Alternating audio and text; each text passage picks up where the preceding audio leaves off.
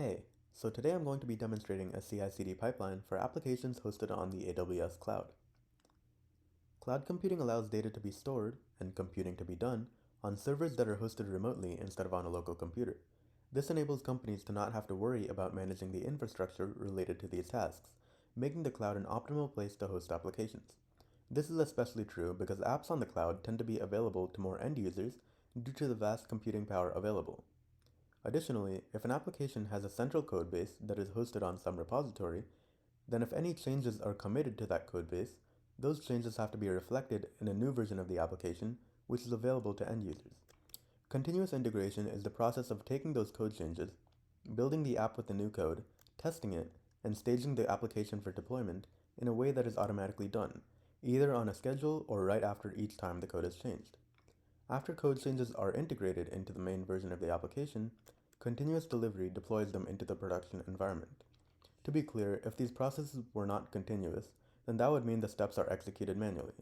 Our project combines the steps of CI and CD into a pipeline that deploys an application into the Amazon Web Services Elastic Kubernetes Service, or AWS EKS, which is a managed Kubernetes service in the cloud. There are multiple parts of the project.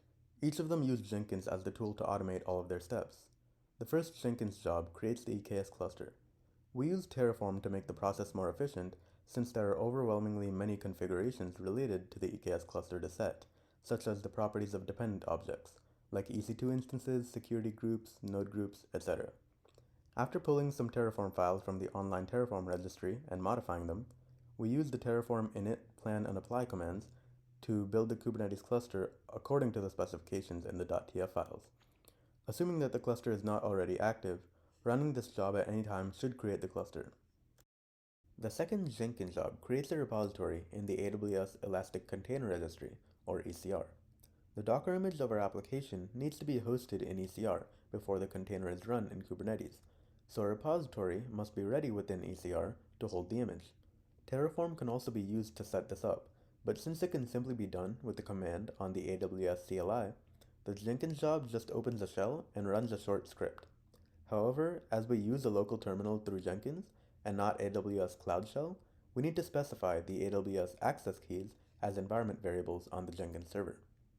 The previous Jenkins jobs that were described only need to be run once in order to set things up in the cloud, but the third and fourth Jenkins jobs are the pipelines that will be repeatedly run to deploy any code changes in the application. The third carries out the continuous integration. First, Docker is used to build the application's image. This is done by referencing both a pre-written Docker file and the full application source code in a GitHub repository, as Docker files specify how the image should be set up based on the application and all of its dependencies. Then, the Docker image is pushed to the ECR repo that was created earlier. Each time that this pipeline runs, a new image, representing the new version of the application, is built and pushed to the ECR repo. Lastly, the fourth Jenkins job is a pipeline that runs directly after the third one each time the two are repeated. Manifest files are configuration files in a format such as .yaml, which describe how a deployment is made in an EKS cluster. EKS requires one manifest for specifying the resources to be provisioned, and one for specifying how they are made available to the application, which are namely the deployment manifest and services manifest. We combine the two into one file, which is stored in GitHub with the app. Then, using kubectl, which is the Kubernetes command line tool, the updated image that was pushed to the ECR repo is now deployed to the EKS cluster based on the manifest file.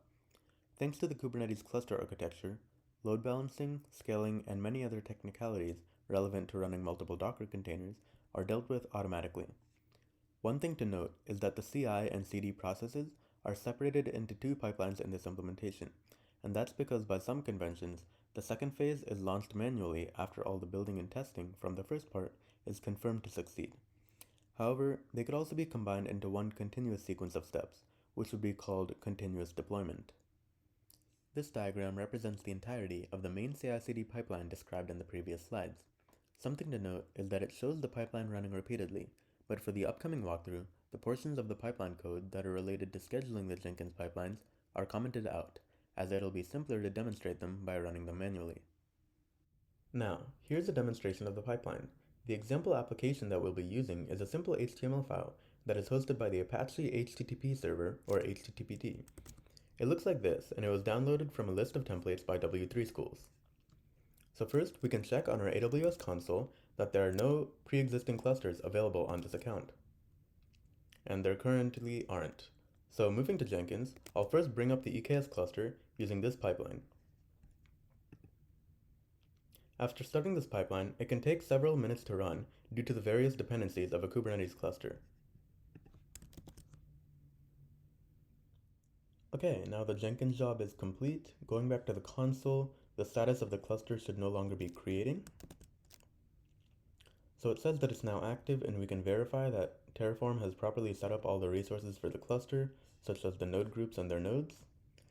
So we can now proceed to also create the repository in ECR. Before that, let's first show that there are no current repositories in the registry. So there aren't any right now, and we can now carry this out with this pipeline over here.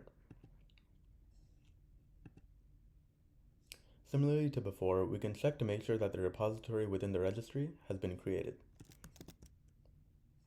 And so it's right here. So note that there are currently no images stored within it. Now we want to package up the application with all of its dependencies, or in other words, just build the app's image. The source code for the application is drawn from here on GitHub. It includes the index.html file from before, which is this one right here. To build the image, we can go and run this CI pipeline and wait for it to finish.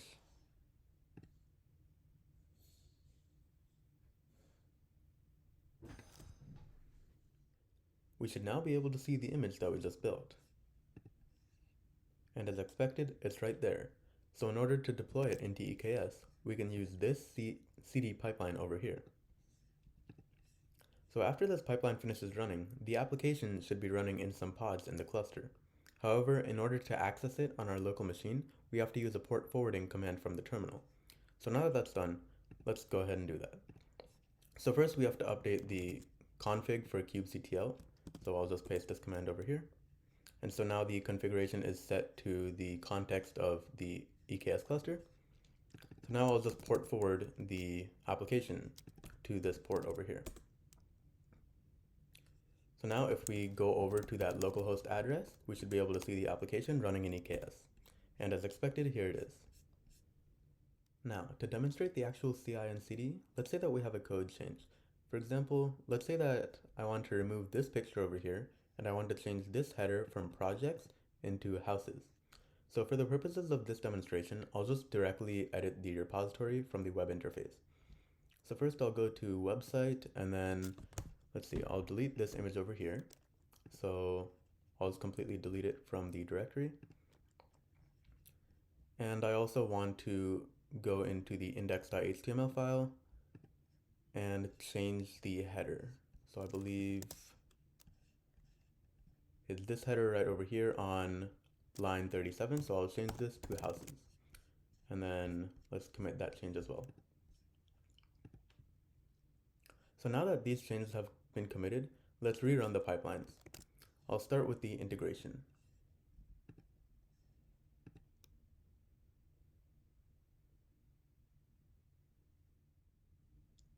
Now that that's done, let's just quickly verify that it worked. Okay, so the image is updated, and now let's move on to the delivery. So I'll just go back to the CD pipeline and then run this. So now the deployment in the Kubernetes cluster should be updated, and although the deployment of the application continuously stays up and running in the cluster, we have to connect to it with port forwarding again in order to access it locally. So this pipeline is done running. So I'll just go back to the terminal and then redo the port forwarding command.